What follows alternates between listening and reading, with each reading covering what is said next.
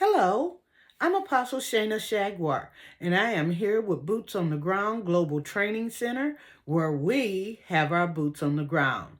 Happy Love Month. I pray that you're finding ways to love God more, to love yourself more, to love others more, and to receive love. Now, please feel welcome to like, love, share, comment, or invite others to join you here. Now, we've changed our detail shift. We're still talking about love. However, we're unpacking different couples in the Bible.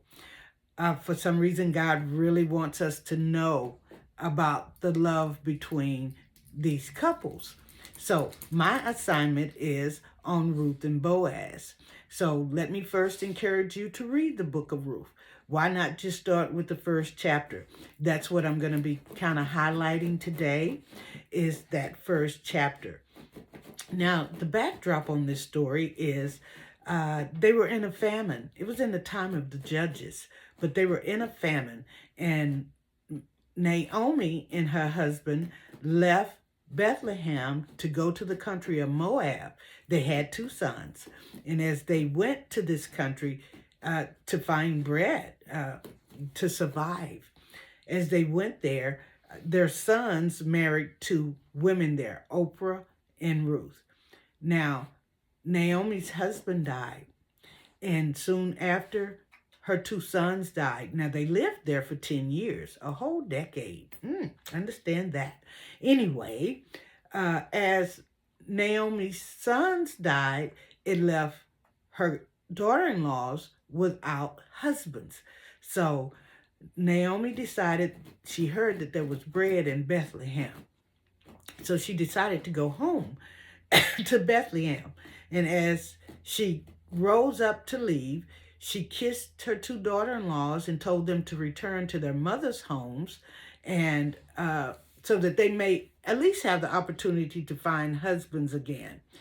And as they both cried and said, no, no, no. And Ruth and Naomi entreated them to stay because she was going home so that it would be well with them. She blessed them and she got ready to leave. But Ruth cleaved to her. She didn't want to live alone without her. So in the first chapter, it's around about the 11th verse. Oh, go to the 12th. She turned again and said, my daughters, go your way, for I am too old to have an husband. If I should have hope, if I should have a husband also tonight, and should also bear sons. But she knew she couldn't.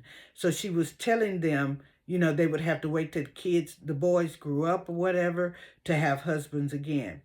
But they wept again, and Oprah kissed her mother-in-law, and Ruth cleaved to her, around about the 15th verse. And she said, behold, thy sister-in-law is gone back to her people and unto her gods. Return thou after thy sister-in-law. And Ruth said, entreat me not to leave thee, or to return from following after thee, for where you go, I will go. Where you live, I will live. Your people shall be my people, and your God, my God. And that's me kind of taking the does's and the thous out. But if you wanted to hear it the way it's written, it says, and Ruth said, entreat me not to leave thee, or to return from following after thee. For whether thou goest, I will go, and where thou lodgest, I will lodge. Thy people shall be my people, and thy God my God.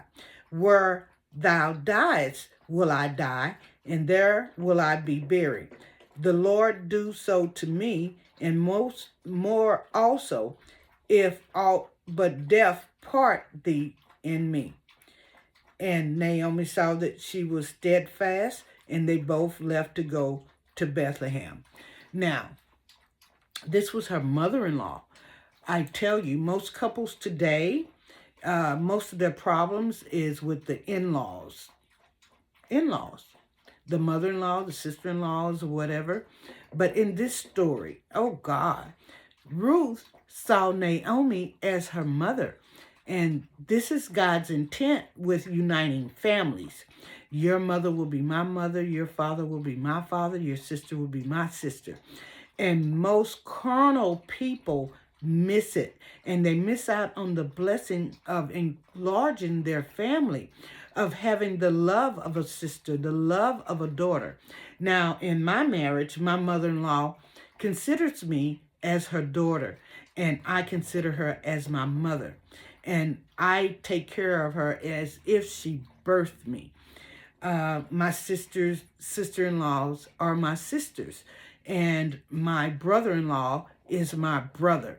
However, they don't see it that way. I'm sis-in-law. Blood is thicker, so I'm not blood to them, so therefore I'm not their sister. But not with my mama. Oh my, her name is Dolores. Amen. My mama is an awesome woman. When I married my husband, I took on the responsibility of everything that came with him, including our mother. Amen. So, and I love them all as if they are, and they are my family. So when Ruth came with her mother to Bethlehem is where we're going to pick up again tomorrow. Amen. I tell you, God has a way of showing you a firm foundation. When you marry someone, their family becomes your family. Amen. So God bless you. Thank you for joining me today, and we'll see you again tomorrow here on Boots on the Ground. Bye-bye.